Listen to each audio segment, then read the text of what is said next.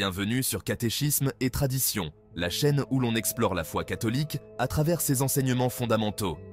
Aujourd'hui, nous allons aborder l'un des plus grands mystères de notre foi, Dieu, la Sainte Trinité et la révélation divine. Tu as sans doute déjà entendu parler de Dieu le Père, de Jésus et de l'Esprit Saint. Mais comment ces trois personnes forment-elles un seul Dieu? Si tu veux comprendre ce mystère qui est au cœur de notre foi, reste avec nous.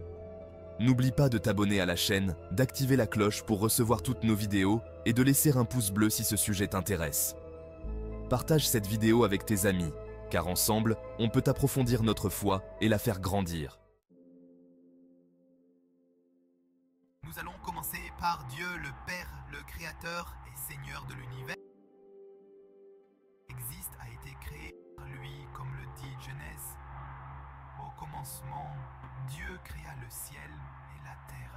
Dieu est la source de tout ce qui est visible et invisible, les étoiles, les montagnes, les océans et même nous.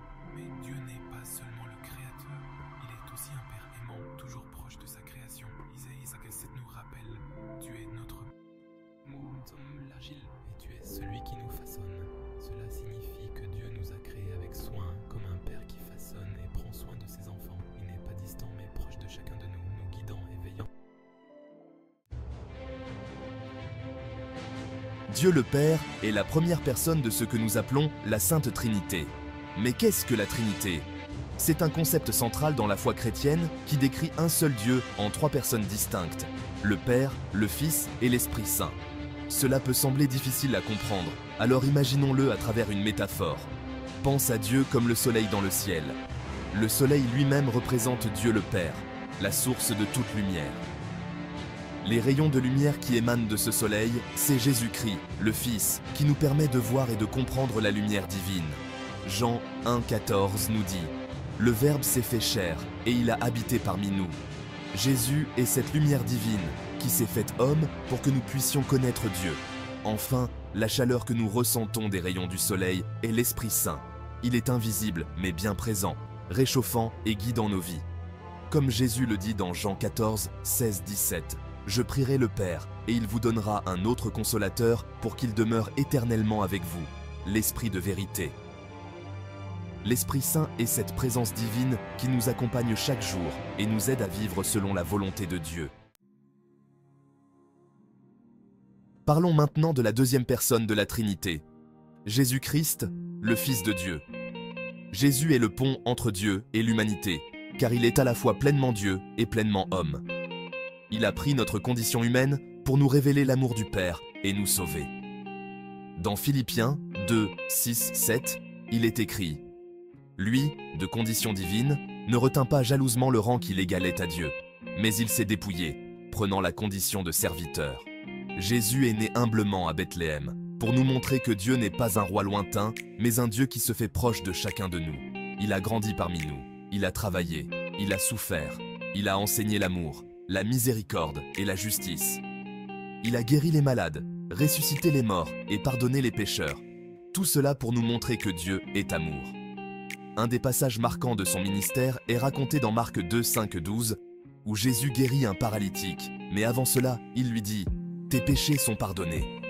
Ce miracle montre que Jésus n'était pas seulement venu pour guérir nos corps, mais aussi nos âmes. Il a le pouvoir de pardonner les péchés parce qu'il est Dieu. Mais la plus grande preuve de son amour, c'est le sacrifice qu'il a fait sur la croix.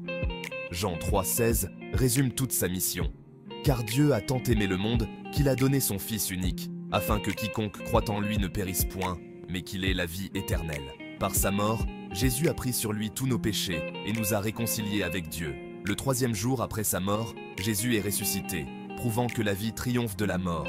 Comme le dit Luc 24, 6, il n'est pas ici, mais il est ressuscité. » Cette résurrection n'est pas seulement un événement historique, elle est une promesse pour chacun d'entre nous. Grâce à Jésus, nous avons l'espérance d'une vie éternelle avec Dieu. La troisième personne de la Trinité est l'Esprit Saint, et il joue un rôle essentiel dans notre vie de foi. Après la résurrection de Jésus, avant de monter au ciel, il a promis d'envoyer l'Esprit Saint pour nous guider. Dans Jean 14 à 26, Jésus dit « Le Consolateur, l'Esprit Saint que le Père enverra en mon nom, vous enseignera tout et vous rappellera tout ce que je vous ai dit. L'Esprit Saint est descendu sur les apôtres à la Pentecôte, comme raconté dans Actes 2, 1-4. Il vint du ciel un bruit comme celui d'un violent coup de vent, et des langues de feu se posèrent sur chacun d'eux. Ils furent tous remplis de l'Esprit Saint.